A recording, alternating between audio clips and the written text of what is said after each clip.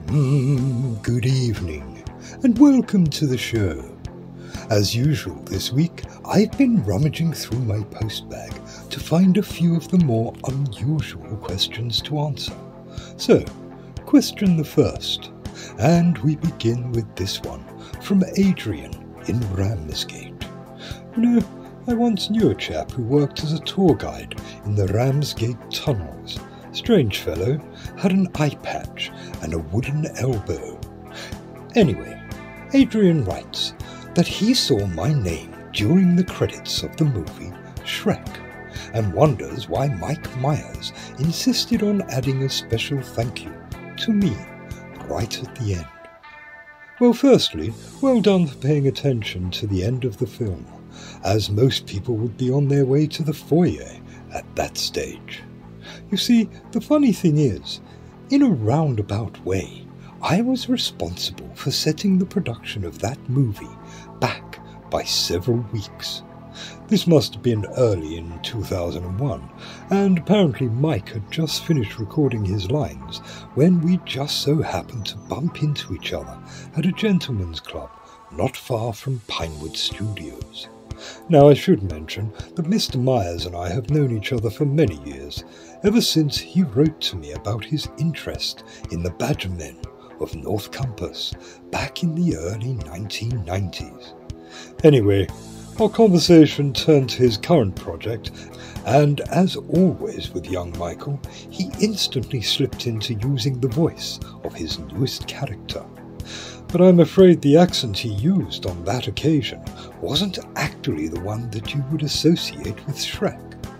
I mean, it just didn't seem to have very much character to it, and I remember saying that perhaps he should have tried a more Celtic-sounding voice for the ogre, as the regional accents were becoming more and more popular at the time.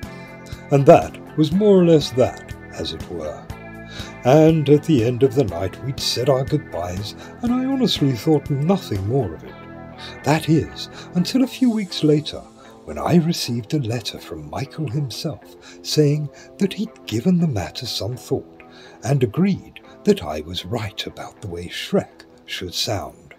Therefore, as a result, he was in the process of re-recording his voice for the entire movie. But I think it turned out all right in the end, don't you? Anyway, I hope that answers your question. Now then, he said, changing the subject, do any of you remember this advert from the 1980s? Mr. Soft, won't you tell me why the world in which you're living is so strange?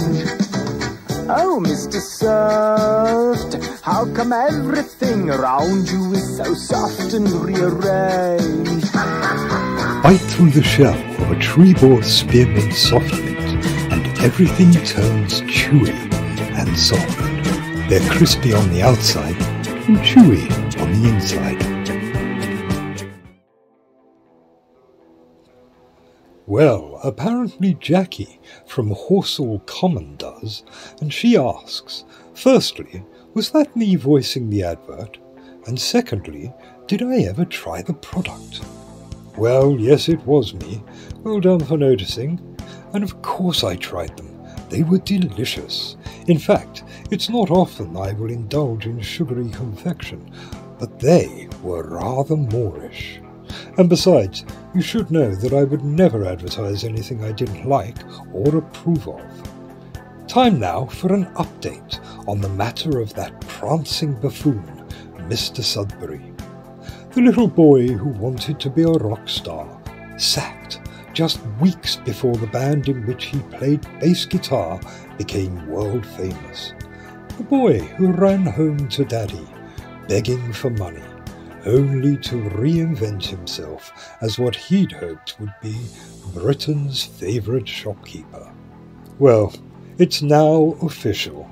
That fool of a boy that grew up to be a twonk of the highest order is now the Lord of the Manor here in North Campus. But on the bright side, I understand that those protesters will still be causing him some sleepless nights, as it seems they've managed to wire up some rather loud speakers to their PA system. I wonder if they have a copy of the Clapham Cowboys' first album. Anyway, lastly this week, I have a question from a Mr. Bill Sticker, who asks, have I ever worked with Mr. Hawass? Now, I assume you're referring to Zahi Abbas Hawass, the notorious Egyptian relic thief and head of antiquities at the Museum of Cairo. In which case, yes, I did indeed have the misfortune of having to engage with that wretched man many years ago. And it's no secret that the two of us came very close to fisticuffs. Suffice to say, we tend to avoid each other these days, and his team do a very good job of keeping that pound shop Indiana Jones out of my way. Anyway, that's it for this week. As always, it just remains for me to say, may the blessings of Mother Compass be upon you.